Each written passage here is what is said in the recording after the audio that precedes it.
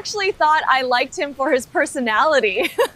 I sat beneath the flickering lights of Gangnam Station, soaked by the rain, dressed in clothes no one would ever associate with my real life. For 3 hours, thousands of people walked past me. Then I heard her voice. The woman in the red coat. She was laughing on the phone, talking about the man she claimed to love. Me. My hands curled into fists beneath the filthy blanket as I listened to her say the one thing I had been afraid to hear. He actually thought I liked him for his personality. She didn't know I was sitting 6 feet away. She didn't recognize me. And somehow, that hurt more than the betrayal itself. I thought I had finally discovered the truth about people. Then someone spoke behind me. He's not hurting anyone. I looked up. A stranger was standing in the rain, looking directly at me. She didn't know my name. She didn't know my wealth. She didn't know what I was hiding.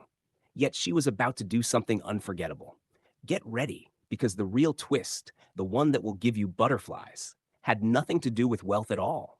And if you're ready for a story that will give you butterflies and maybe even make you tear up a little, smash that subscribe button and turn on notifications, because we bring you stories like this every single week. Let's get started. Jihoon Han sat motionless beneath the flickering lights of Gangnam Station, his head lowered, his clothes deliberately torn and stained. Rain dripped from the edge of the subway entrance, pooling near the cardboard sign he had carefully prepared. The words were simple, written in shaky Korean characters. Anything helps. God bless. He had been sitting there for 3 hours. Hundreds of people had passed him. Thousands, perhaps. They moved around him like water flowing past a stone, their eyes never quite landing on his face. A few had tossed coins into the dented metal cup beside him. Most had simply walked faster. But it was the woman in the red coat who changed everything. She stopped 6 feet away, her phone pressed to her ear, her voice bright and cheerful. Jihoon recognized that voice. He had heard it before, in a very different context. His chest tightened. I know, right? The woman laughed into her phone. He actually thought I liked him for his personality. Can you imagine? Jihoon's hands, hidden beneath a threadbare blanket, curled into fists. The woman in the red coat shifted her shopping bags from one hand to the other. Designer bags. Expensive ones. Jihoon knew this because he had bought her 3 of them, back when she used to smile at him like he was the only man in the world. Her name was Minji. 2 months ago, she had told him she loved him. No, seriously, Minji continued, oblivious. The moment I found out his inheritance was going to be triple what I thought, I knew I had to lock it down. I mean, why settle for comfortable when you can have everything? She laughed again. The sound made Jihoon's stomach turn. Then she glanced down. Her eyes passed over him, the homeless man in the wheelchair, without the slightest flicker of recognition. For a moment, Jihoon thought she might walk away. But instead, she wrinkled her nose, stepped carefully around his cup to avoid any accidental contact, and continued her conversation as if he were nothing more than part of the subway's architecture. Anyway, I have to go, Minji said. I'm meeting his family for dinner tonight. Wish me luck. She disappeared into the crowd. Jihoon sat very still. His pulse hammered in his ears. Around him, the subway station continued its relentless rhythm, indifferent to the small, quiet destruction happening inside his chest. He had suspected. Of course he had suspected. But suspicion and certainty were 2 very different kinds of pain. This was why he was here. This was why he had spent the last 2 weeks erasing himself, becoming invisible, testing a theory he desperately hoped was wrong. The theory that no one, not one single person in his life, actually loved him. They loved his name, his money, his power, the doors he could open, the life he could provide, the status he could grant. But him? The man underneath all of that? He was beginning to think that man didn't exist to anyone but himself. A voice interrupted his thoughts. Older. Male. Impatient. You can't stay here all night. Move along. Jihoon looked up. A security guard stood over him, arms crossed. The man's face was hard, weathered by years of telling people like Jihoon to move along, to disappear, to stop being inconvenient. Jihoon opened his mouth to respond, but before he could speak, another voice cut through the space between them. He's not hurting anyone. Both men turned. The woman who had spoken stood a few feet away, rain dripping from her hair. She wasn't tall, but there was something unmistakably solid about the way she held herself. like she had decided exactly where she belonged and had no intention of apologizing for it. Her skin was a deep, rich brown, her eyes dark and direct. She looked tired, the kind of tired that came from working too many hours and sleeping too few, but her gaze was steady. The security guard frowned. "This isn't your business." "Maybe not," the woman replied calmly, "but I'm making it my business." She spoke Korean fluently, but her accent carried the unmistakable rhythm of English, American English. Jihoon found himself staring. The guard hesitated. "He can't sleep here." "I'm not asking him to let anyone sleep here," the woman said. "I'm asking you to let him sit for a few more minutes without being harassed." There was no anger in her voice, no aggression, just a quiet, unshakable firmness that made it clear she wasn't going to move until the guard did. The guard muttered something under his breath and walked away. The woman turned her attention to Jihoon. For a long moment, she simply looked at him, not through him, not past him, at him. "You okay?" she asked. Jihoon nodded slowly, unsure of his own voice. The woman crouched down, balancing on the balls of her feet so that she was closer to his eye level. She reached into her bag and pulled out a small, transparent umbrella, the kind sold at every convenience store in Seoul for a few thousand won. She held it out to him. "Rain's getting worse," she said simply. "You'll need this." Jihoon stared at the umbrella. It was cheap, flimsy, already beginning to bend at the edges. But it was also the only one she had. He could see that she had nothing else in her bag that could protect her from the weather. "I can't," he said quietly. His voice came out rougher than he intended, scraped raw by disuse and emotion. "You can," the woman replied. She set the umbrella down beside him when he didn't take it. "You don't have to earn kindness." Then she stood, adjusted her bag on her shoulder, and walked into the rain without looking back. Jihoon sat motionless, staring at the umbrella. He had spent 2 weeks drowning in cruelty, indifference, and contempt. He had been ignored, insulted, pitied, and invisible. And then this stranger, this woman who had nothing to gain and every reason to walk past him like everyone else, had stopped. She had seen him. Not Jihoon Han, heir to the Han Corporation, one of the wealthiest men in South Korea. Not the billionaire. Not the name in the headlines. Just him. A man in a wheelchair, alone in the rain.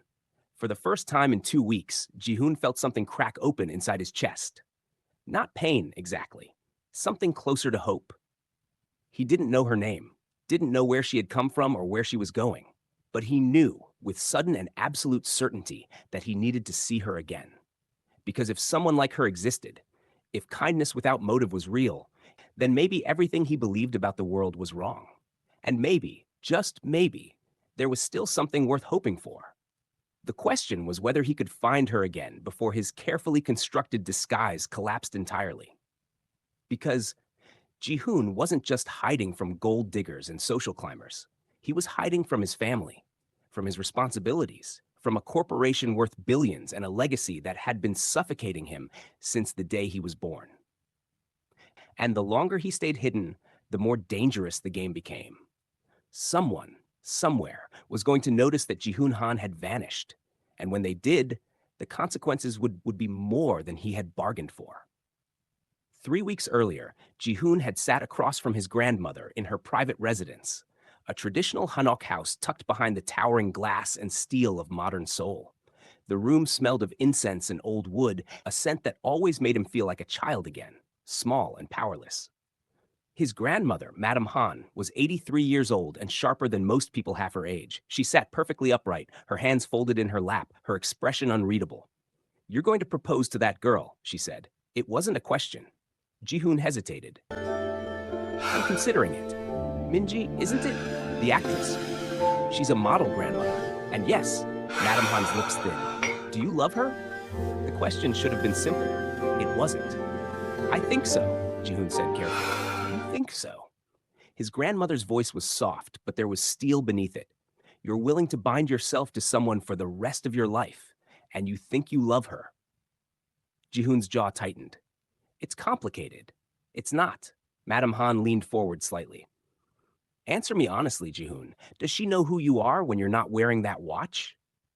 When you're not signing checks? When you're not opening doors? She could never open her." I know it hurts, but you must face this truth. Life is difficult, yes, but so are you, my dear. Jihoon looked down at his hands. The watch on his wrist was worth more than most people earned in a year. He had stopped noticing it a long time ago. I don't know, he admitted quietly. Exactly. His grandmother's voice was gentle now, but the gentleness was worse than anger. You don't know whether anyone truly loves you, Jihoon. And do you know why? He didn't answer. Because you've never allowed anyone to meet the man beneath your money. The words landed like a blow. Jihoon opened his mouth to argue, to defend himself, but nothing came out. Because she was right. Every relationship he had ever had, romantic or otherwise, had been shaped by his wealth. Even his friendships were tangled in favors, investments, business opportunities. He couldn't remember the last time someone had sought his company simply because they enjoyed it. What do you want me to do? He asked finally, his voice barely above a whisper. His grandmother stood, moving to the window that overlooked her small, immaculate garden. I want you to find out who you are when you have nothing, she said, and I want you to see who stays. That conversation had haunted Jihoon for days. He had tried to ignore it, tried to push forward with his life, his routines, his plans, but the seed had been planted. And then Minji had betrayed him. He had overheard her on the phone, laughing with a friend about how much his inheritance was actually worth. Laughing about how she had played it perfectly. Laughing about him. That was when Jihoon made his decision. He was going to disappear. Not forever. Just long enough to find out whether his grandmother was right. Long enough to see the world as it truly was, without the filter of his wealth. He planned everything carefully. He enlisted help from exactly one person, his driver and former bodyguard, a man named Tae-sung who had known him since childhood. You expect me to believe this plan? It's insane! Believe it. Tae-sung thought the plan was insane, but he was loyal enough not to argue. Together, they created a new identity, a disguise, a test. Jihoon would become invisible, powerless, someone the world had every reason to ignore, and he would find out, once and for all, whether true kindness still existed. The wheelchair had been Tae-sung's idea. If you really want to see how people treat the vulnerable, he had said grimly, then make yourself vulnerable. So Jihoon had. He'd changed his appearance, worn old clothes, chosen locations where no one from his world would ever think to look. And for 2 weeks, he had learned exactly how cruel indifference could be, until the woman with the umbrella. Jihoon returned to Gangnam Station the next night, and the night after that. He told himself he was continuing the experiment, gathering more data, testing his theory. But the truth was simpler. He was looking for her. On the 4th night, she appeared. She was carrying 2 bags of groceries, walking quickly, her head down against the wind. Jihoon's pulse quickened the moment he saw her. She walked past him, didn't stop, didn't even glance in his direction. Jihoon's heart sank, but then, 10 feet away, she paused, turned around, walked back. She stood in front of him, studying his face with an expression he couldn't quite read. You're still here, she said. Jihoon nodded. The woman frowned slightly. You eaten today? He hesitated, then shook his head. It wasn't entirely a lie. He hadn't eaten much. She sighed, set down her grocery bags, and crouched beside him. From one of the bags, she pulled out a container of kimbap, still warm. Here, she said, holding it out. Jihoon stared at the food. I can't pay you back. Did I ask you to? No, but then stop arguing and eat. There was something almost bossy about the way she said it, but her eyes were kind. Jihoon took the container slowly. The woman sat down on the ground beside him, right there on the dirty subway floor, and opened her own container of kimbap. Here, try this one. It's really good.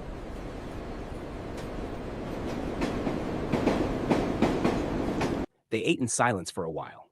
Finally, Jihoon found his voice. Why are you doing this? The woman glanced at him. Doing what? Helping me. You don't know me. She shrugged. Don't need to know you to see you're hungry. Most people don't stop. I'm not most people. Jihoon studied her profile. She had a strong face, expressive and open. There was no pity in her expression, no performative charity. She was simply sitting beside another human being, sharing a meal. What's your name? He asked quietly. The woman smiled.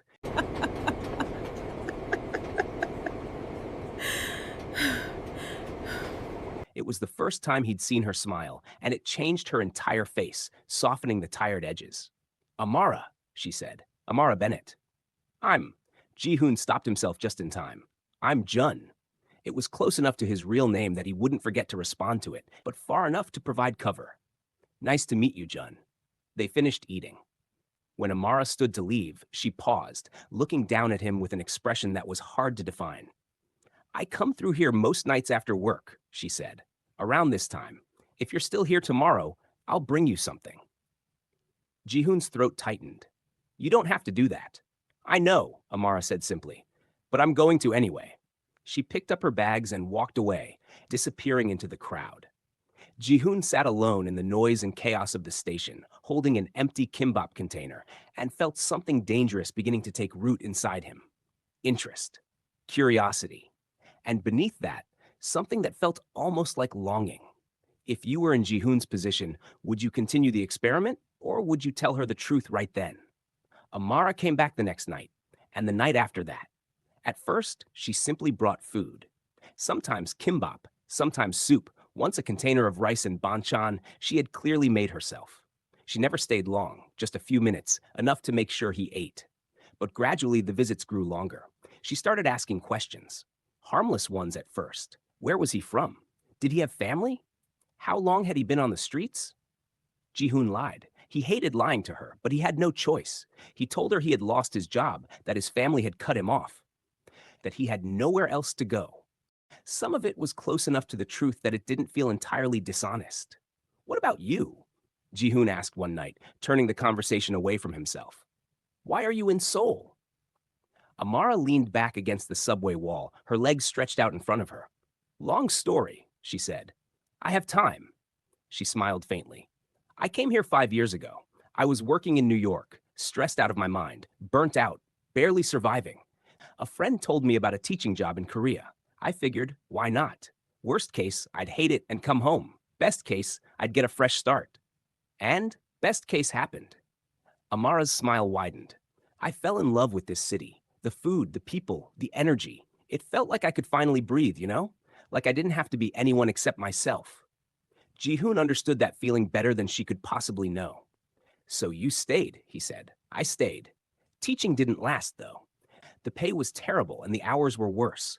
So I started cooking, selling food at markets, doing catering gigs, building something small. She paused. It's not much yet, but it's mine. There was pride in her voice, quiet, genuine pride. Jihoon found himself smiling. That's incredible, he said. Amara shrugged. It's survival, same as everyone else. No, Jihoon said firmly. It's more than that. She looked at him, surprised. For a moment, something shifted in the air between them, a connection forming that neither of them had anticipated. You're different, Amara said quietly. You don't talk like someone who's been on the streets. Jihoon's chest tightened. What do you mean? I don't know. You're just different. She tilted her head, studying him. You ever think about what you'd do if things were different? If you had another chance? Every day, Jihoon said truthfully. What would you do? He hesitated. The answer that came to him was so honest it scared him. I'd try to be someone worth knowing, he said quietly. Not because of what I have, just because of who I am. Amara's expression softened. You're already worth knowing, Jun. The words hit him harder than they should have. Jihoon looked away, afraid she would see too much in his face. You don't know me, he said. Maybe not, Amara replied. But I know you're kind. I know you're thoughtful. I know you listen when people talk, really listen. That's more than most people. Jihoon didn't trust himself to respond. Amara stood, brushing off her jeans. I have to go. Early morning tomorrow. Thank you, Jihoon said, for everything. She paused, looking down at him. You don't have to thank me every time, Jun. I know, but I want to. Amara smiled, and then she was gone. Jihoon sat in the flickering light of the subway station, his heart pounding in a way that had nothing to do with fear. He was falling for her. It was reckless, dangerous, stupid. But it was also undeniable. If you're enjoying this story, please subscribe. You won't want to miss what happens when Jihoon's secret is finally discovered. The friendship between Jihoon and Amara deepened over the following weeks. Amara began to check on him more frequently. She brought blankets when the nights grew cold. She sat with him when the subway station was too loud, too overwhelming. She even defended him once when a drunk man tried to kick over his cup, stepping between them with the kind of fearless calm that left Jihoon breathless. "Leave him alone," Amara had said, her voice low and steady. The drunk man had sized her up, then muttered something and staggered away. Jihoon had stared at her, stunned. "You didn't have to do that." "Yes, I did." "He could have hurt you." Amara had turned to him, her eyes blazing. "He was going to hurt you. You think I was just going to stand there and watch?" No one had ever protected Jihoon before. He had always been the one with bodyguards, security, power. But in that moment, sitting in a wheelchair with nothing to his name, a woman who barely knew him had put herself in harm's way for him. It changed something inside him. That night, after Amara left, Jihoon called Taesung. "I need to end this," Jihoon said quietly. Taesung's voice was cautious. "You mean the experiment?" "Yes. Why?" Jihoon closed his eyes. "Because I found what I was looking for." There was a long pause. "And now?" Taesung asked. "Now I have to figure out how to tell her the truth without losing her." "Sir," Taesung said carefully, "you lied to her. For weeks, when she finds out who you really are, I know. She's going to feel betrayed. I know." Another pause. "What do you want me to do?" Taesung asked finally. Jihoon thought about it. "Give me one more week. I need to prepare her. I need to find the right way to explain." "And if there is no right way?" Jihoon didn't have an answer for that. But before Jihoon could figure out how to tell Amara the truth, someone else discovered his secret. It happened on a Thursday night. Jihoon was alone at the subway station, waiting for Amara's usual visit, when a man in an expensive coat stopped in front of him. Jihoon looked up and his blood went cold. The man's name was Kang Min-woo. He was the son of the Han Corporation's biggest competitor, a man Jihoon had clashed with more than once in the boardroom. Kang Min-woo was ruthless, ambitious, and dangerously intelligent, and he was staring at Jihoon with an expression of absolute shock. "Han Jihoon?" Kang Min-woo said slowly, his voice barely above a whisper. Jihoon said nothing. His mind raced, calculating, searching for an escape route that didn't exist. Kang Min-woo crouched down, his eyes scanning Jihoon's face, the wheelchair, the torn clothes. And then he started laughing. It was a low, delighted laugh, the sound of someone who had just stumbled onto something valuable. "This is incredible," Kang Min-woo said. "The heir to the Han Empire, sitting in rags at Gangnam Station. Do you have any idea what people would pay to see this?" "Don't," Jihoon said quietly. Kang Min-woo's smile widened. "Don't what?" "Don't tell anyone that the great Jihoon Han has lost his mind? That he's playing dress-up as a homeless man?" He pulled out his phone. "This is going to destroy you." This moment is too perfect not to capture. I want to remember your face exactly like this, forever. "I'll pay you." "Oh, I'm sure you will." Kang Min-woo stood, his phone already open. "But money isn't what I want, Jihoon. I want your family's reputation in pieces. I want your shareholders panicking. I want your company vulnerable." He raised his phone, preparing to take a picture. And then a voice cut through the air. "Put the phone down." Both men turned. Amara stood a few feet away, her grocery bags in one hand, her expression hard as stone. "This doesn't concern you," Kang Min-woo said dismissively. "He's my friend," Amara said, stepping closer. "So yeah, it concerns me." Kang Min-woo's smile was condescending. "You have no idea who you're defending. I know he's a human being. That's enough." Kang Min-woo laughed. "A human being? This man is worth more than everyone in this subway station combined. He's been lying to you." Amara's eyes flicked to Jihoon, confusion and suspicion crossing her face. But she didn't move. "I don't care who he is," she said firmly. "You're not taking his picture." Kang Min-woo studied her for a long moment. Then he shrugged, pocketed his phone, and smiled. "Fine," he said lightly. "I don't need a picture. I have all the information I need." He turned and walked away, disappearing into the crowd. Jihoon sat frozen, his heart hammering. Amara turned to him slowly. Her face was unreadable. "What did he mean?" she asked quietly. "What did he mean? You're worth more than everyone here?" Jihoon opened his mouth, but no words came out. Amara took a step back. "Jun, what's going on?" "I can explain," Jihoon said, his voice breaking. But before he could say anything else, Amara's phone rang. She glanced at it, then back at Jihoon, her expression torn. "I have to take this," she said, "but we're not done." She walked a few steps away, answering the call. Jihoon sat alone, his hands shaking, knowing that everything he had built with her was about to crumble. Amara didn't come back the next night, or the night after that. Jihoon waited, his anxiety growing with every passing hour. He tried calling Taesung, tried to strategize, tried to figure out how to contain the damage Kang Minwoo was undoubtedly planning. But all he could think about was Amara's face, the confusion, the betrayal. On the third night, Jihoon made a decision. He couldn't keep hiding.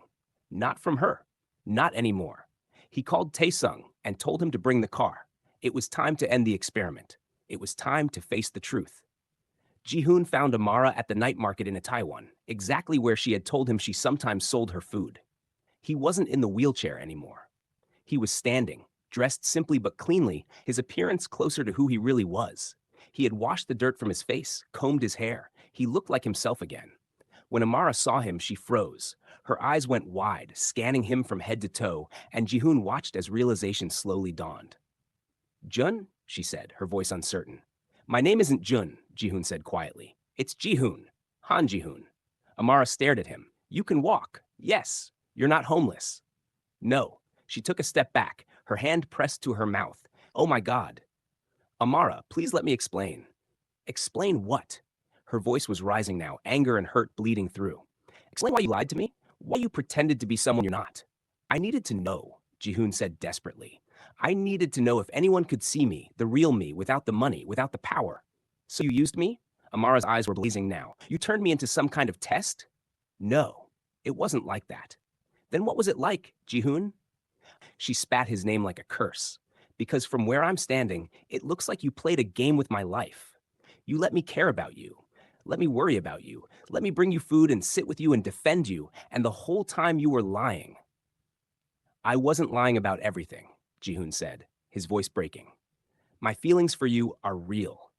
Amara laughed, a bitter, broken sound. "Your feelings? You don't even know what real feelings are. Real feelings don't come with deception. Real feelings don't start with lies." "Amara, please, don't." She held up a hand, tears streaming down her face now. "Don't say my name. Don't ask me to understand. Just don't." She turned and walked away. Jihoon started to follow, but a hand on his shoulder stopped him.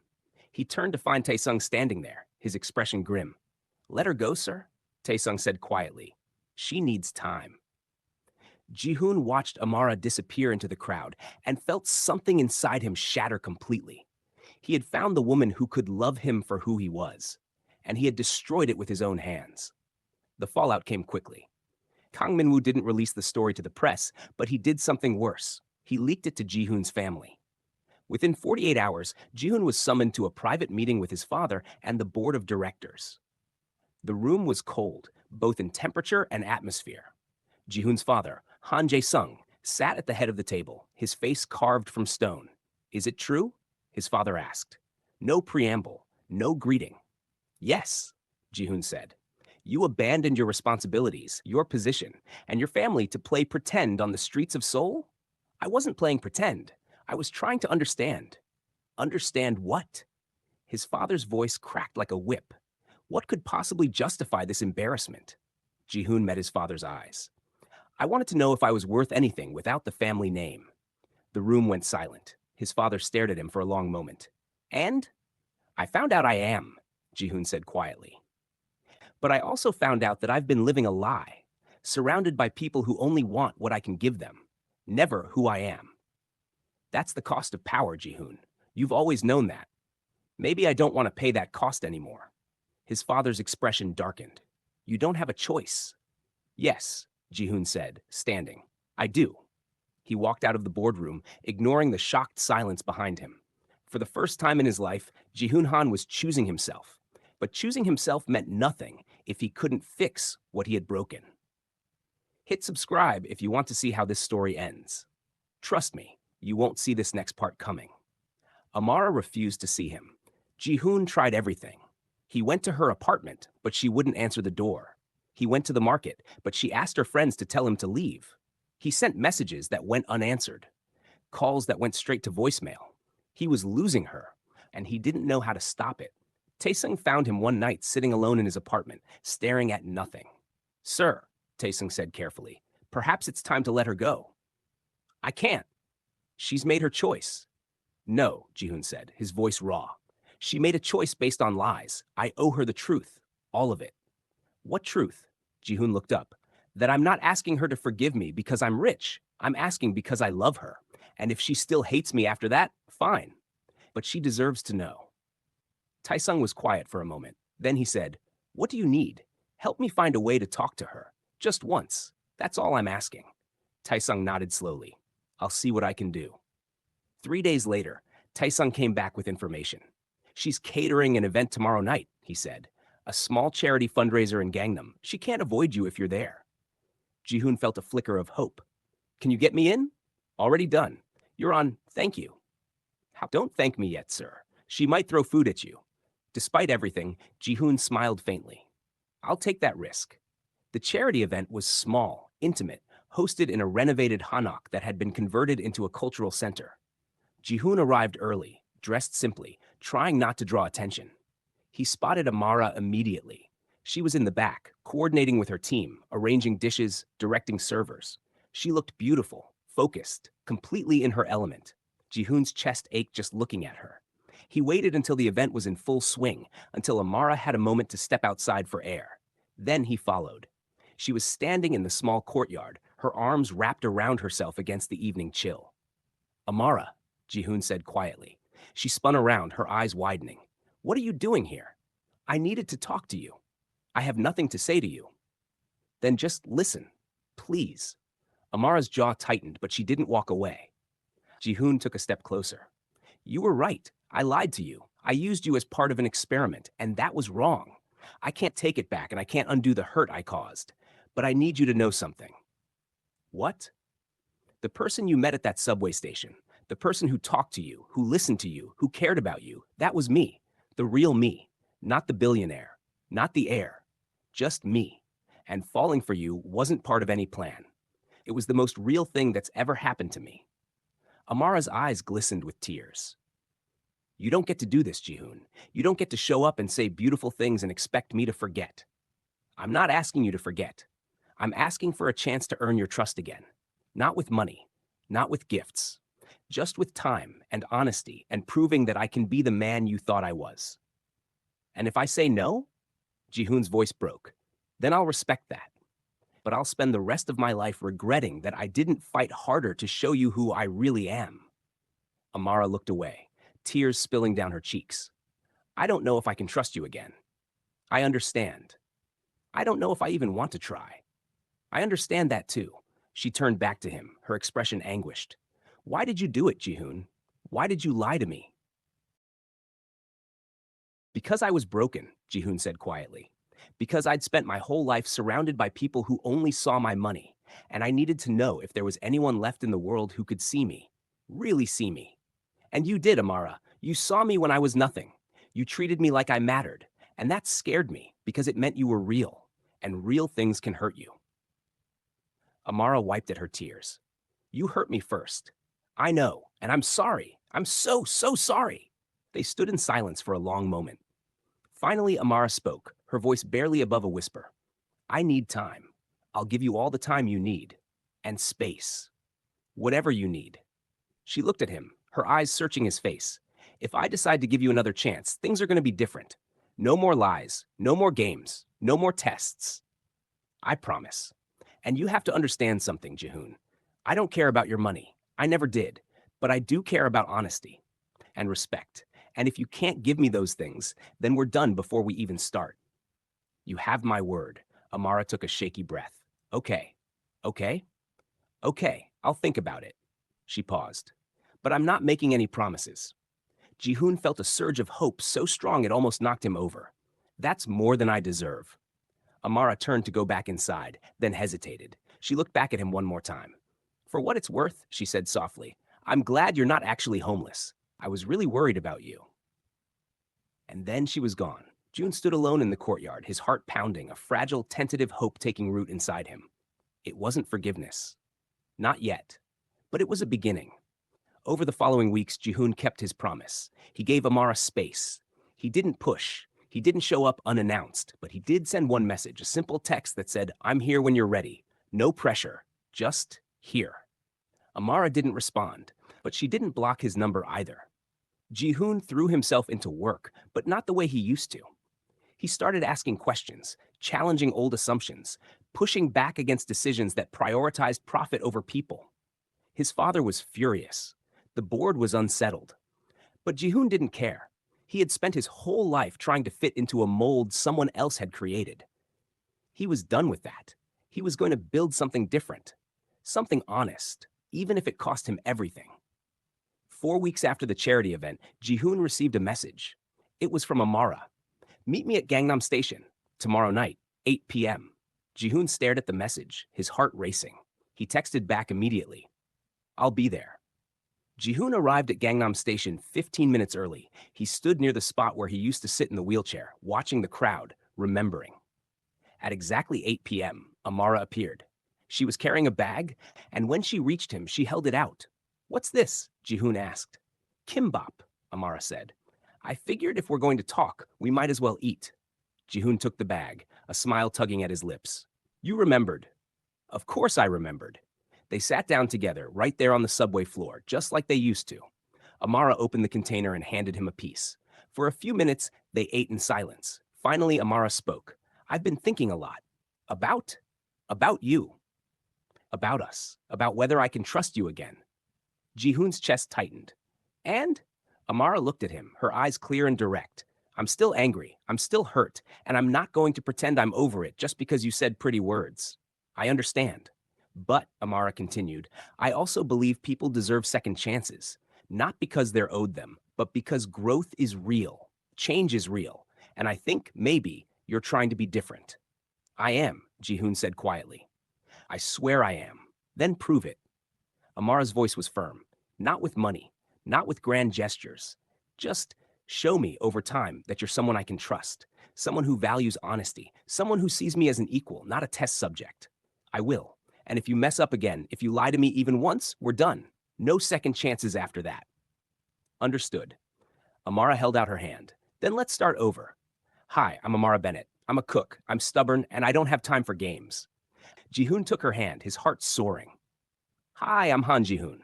I'm a billionaire. I'm still figuring out who I am, and I don't deserve you, but I'm going to try anyway." Amara laughed, a real, genuine laugh, and Jihoon felt like he could breathe for the first time in weeks.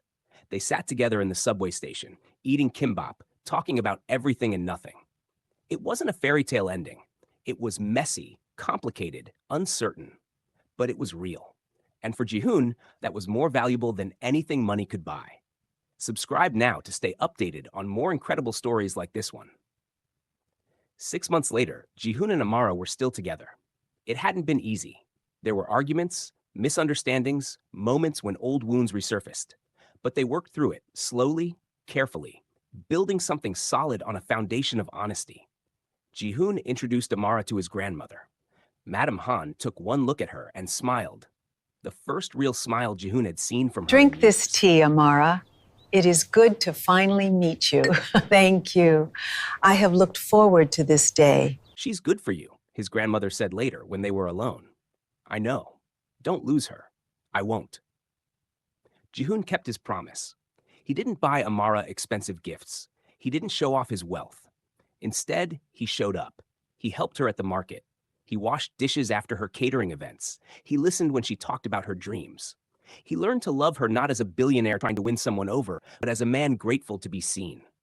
Amara, for her part, challenged him. She called him out when he slipped into old patterns. She reminded him that wealth was a responsibility, not a weapon. She pushed him to be better. And slowly, Jihoon became better. He restructured parts of his company, investing in ethical practices, fair wages, community programs. His father fought him every step of the way, but Jihoon stood firm. This was who he was now. This was who he wanted to be. 1 year after they met, Jihoon took Amara back to Gangnam Station. It was late, the crowd thinning as the night deepened. They stood together near the spot where everything had begun. "Why did you bring me here?" Amara asked, looking around. Jihoon reached into his pocket and pulled out a small, worn umbrella, the same cheap, transparent umbrella she had given him that first night. "I kept this," he said quietly, "because it reminded me of the moment I started believing that good people still existed." Amara's eyes filled with tears. "Jihoon?" You gave me this when you had no reason to care, Jihoon continued. You saw a stranger in pain and you stopped. You didn't ask for anything. You didn't want anything. You just gave. And that changed my life. He got down on one knee. Amara's hand flew to her mouth. I'm not asking you to marry a billionaire, Jihoon said, his voice breaking. I'm asking you to marry me, the man who sat in this station and didn't know if he'd ever be loved. The man you saved without even knowing it. The man who will spend the rest of his life trying to be worthy of the kindness you showed him. He opened a small box. Inside was a simple ring, elegant but not ostentatious. Amara Bennett, will you marry me? Amara was crying now, tears streaming down her face. You're ridiculous, you know that? Is that a yes? Yes, you impossible man, yes. Jihoon slipped the ring onto her finger, then stood and pulled her into his arms. They kissed there, in the middle of Gangnam Station, surrounded by strangers who didn't know and didn't care that a billionaire had just proposed to a cook. Because in that moment, they weren't a billionaire and a cook. They were just two people who had found each other in the chaos. Two people who had learned that love wasn't about what you owned. It was about who you chose to be when everything else was stripped away. And as they stood together, holding each other in the place where their story had begun, Jihoon realized something profound. His grandmother had been right. He had needed to lose everything to find out who he really was. And in losing everything, he had found the one thing that actually mattered. He had found love. Real, honest, imperfect, complicated, beautiful love. And he was never letting it go. If this story touched your heart, what would you have done in Amara's position? Would you have given Jihoon a second chance? Or would the betrayal have been too much? Share your thoughts in the comments below. And don't forget to like this video and subscribe for more powerful stories that will move you, challenge you, and remind you what really matters in life.